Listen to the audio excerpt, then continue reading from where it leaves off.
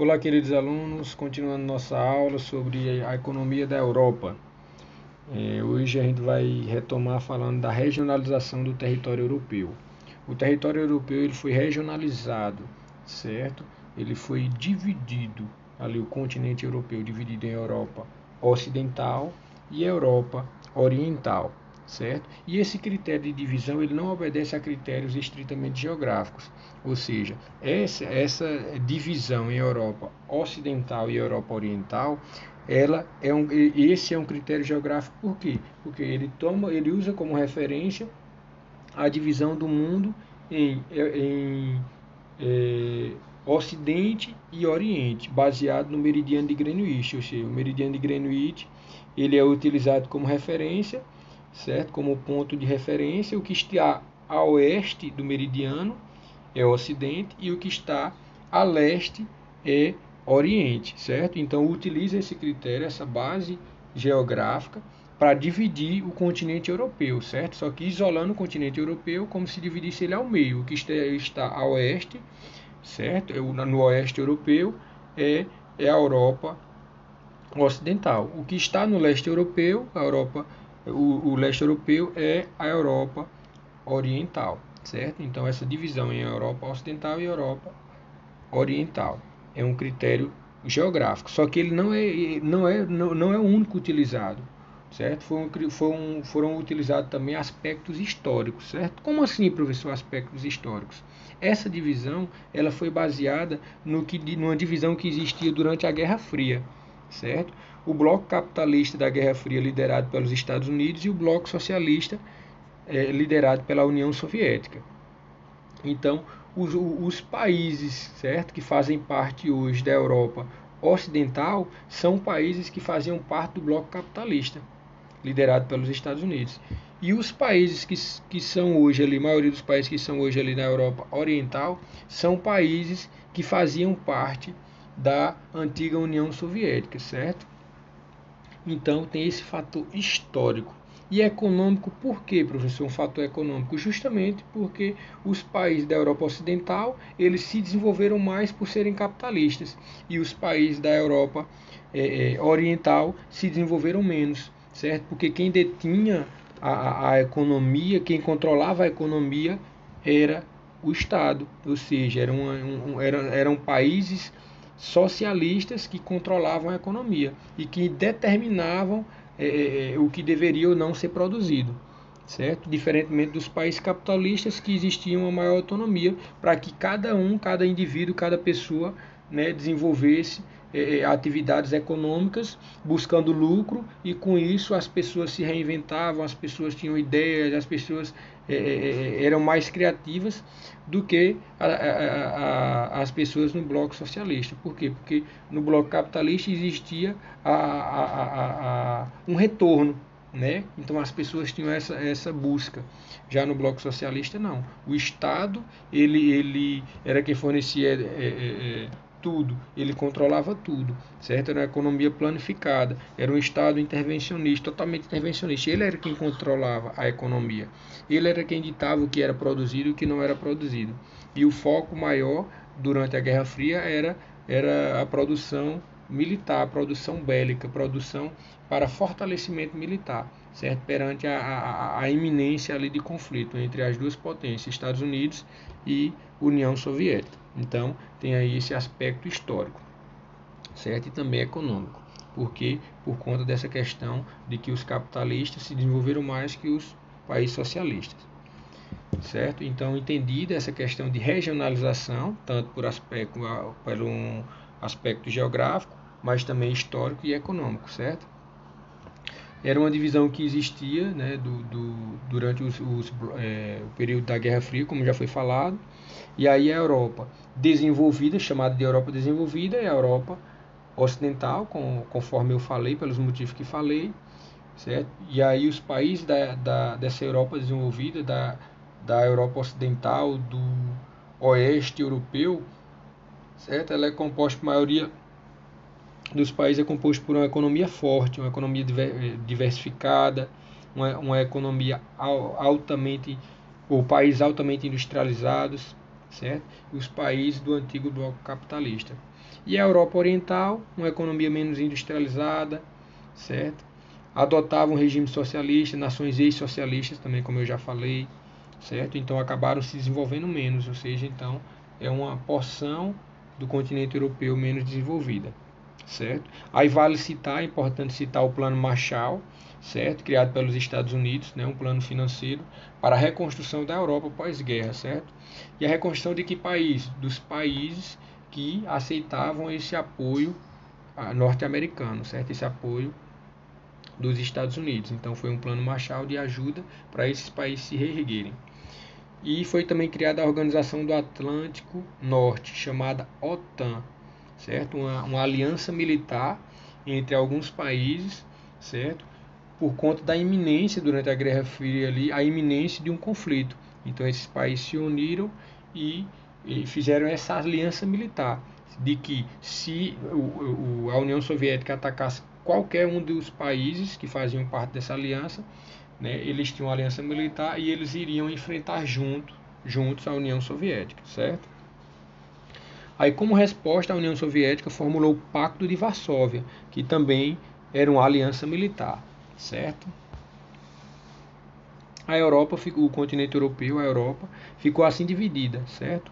A Europa Ocidental está em laranja e a Europa Oriental está em rosa, certo? Sendo a Europa Ocidental mais desenvolvida e composta, né, por países que eram do bloco capitalista, e a Europa Oriental menos desenvolvida, composta por países que faziam parte do bloco socialista.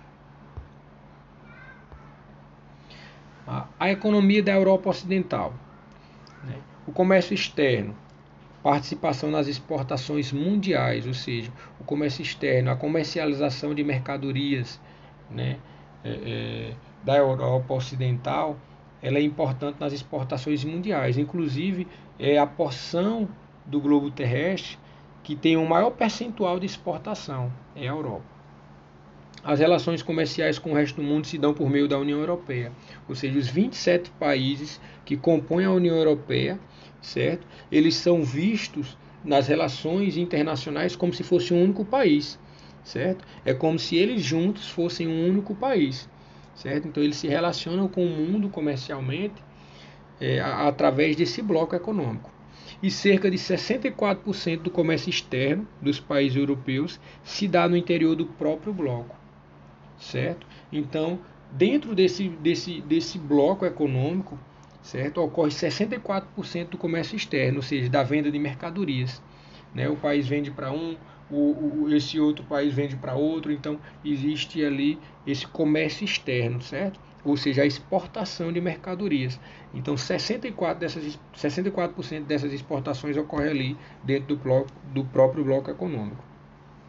E há uma diferença nas políticas desenvolvidas nos setores agrícola e industrial. No setor agrícola, agricultura, há uma sólida política comunitária, né, uma política agrícola comum, que é chamada PAC, que a gente vai falar mais um pouco logo mais. E devido a esse PAC, há um forte protecionismo comercial, protegendo, né, os produtores da concorrência no mercado global. Existem subsídios e a política de preços fixos estabelecida pela União Europeia. E a maior parte da produção agropecuária é destinada a abastecer o mercado interno, ou seja, a maior parte da produção agrícola e da pecuária, ou seja, do cultivo de alimentos e da produção, da criação de animais, ela é destinada ao mercado interno. Como assim o mercado interno, professor? Ou seja, ao consumo da população desses países que integram o bloco econômico, certo? Os 27 países ali. Então, a maior parte da produção é para eles mesmos ali. Por exemplo, quem produz o boi, né, ele vai exportar para os países que fazem parte do bloco. Quem produz o trigo vai exportar para os países que fazem parte ali. Então, a maior parte da produção ela é destinada aos países que fazem parte do bloco mesmo, certo? Ou seja, ao mercado interno. E aí essa sólida política comunitária, com esses subsídios, certo? É exatamente esse subsídio, certo? Essa ajuda financeira. O que é um subsídio? É uma ajuda financeira que os governantes dão, né, aos produtores, certo? E há uma política de preço fixo estabelecida pela União Europeia, ou seja, há uma política de preço fixo para que não haja um aumento de preço, certo? E, diferentemente, na indústria, não há uma efetiva orientação política comum, certo? A indústria é marcada pelo liberalismo econômico, que é o que? São os mecanismos próprios de regulação, como a livre concorrência e a lei da oferta e da procura. O que seria, professor, esses mecanismos de regulação, né, no liberalismo econômico? Certo? Seria a livre concorrência. O que é que acontece? Uma empresa que produz o celular, por exemplo, a empresa produz um celular e aí o custo que ela gera com aluguel, com funcionário, com equipamentos, né? Ela acaba tendo que cobrar esse celular muito caro. E aí uma outra empresa que tem um custo menor, com funcionário, com aluguel de um ponto, né, para produzir, por exemplo, de um local, para produzir, ele gasta menos, então ele acaba cobrando menos naquele mesmo produto. Então há uma livre concorrência. Enquanto a empresa cobra um valor alto, a outra empresa cobra um valor menor. Então há uma livre concorrência no mercado, favorecendo o consumidor, certo? E a lei da oferta e da procura. Se eu tenho uma empresa, certo, e eu produzo um produto, certo, que ele é muito procurado e só eu produzo esse produto, então eu acabo elevando o preço desse produto. Por quê? Porque há muita procura, todo mundo está querendo o meu produto, só que eu tenho pouca capacidade de produção, eu produzo pouco, então eu aumento o preço do meu produto. Então é isso que regula o mercado, a livre concorrência e a lei da oferta e da procura, certo? É isso que é o liberalismo econômico. Então, enquanto a indústria ela é regulada por esse mecanismo, né? Na agricultura já é diferente, existe uma participação dos governantes, certo? Há uma política comunitária, ou seja, os países integrantes da União Europeia, eles acabam intervindo na economia, eles acabam ajudando os produtores, com subsídio, com uma ajuda financeira, certo? PAC, Política Agrícola Comum. Essa política agrícola comum ela busca a unificação do setor agrícola dos países europeus, busca garantir o abastecimento das populações europeias e a União Europeia é um dos grandes exportadores mundiais de alimentos, certo? Devido a esses incentivos, devido a essa política agrícola comum. Os subsídios eles consistem em um pagamento direto ao produtor, que adquire uma espécie de renda complementar para conter a produtividade a fim de evitar a superprodução. Como assim, professor? Então quer dizer que o governo paga ao produtor, certo? Uma renda complementar, uma ajuda para que ele não produza exageradamente? Sim, por quê? Porque se ele produzir exageradamente, né, vai ter muito produto no mercado e aí vai acontecer aquela questão que a gente acabou de falar, do mecanismo de controle do mercado, né?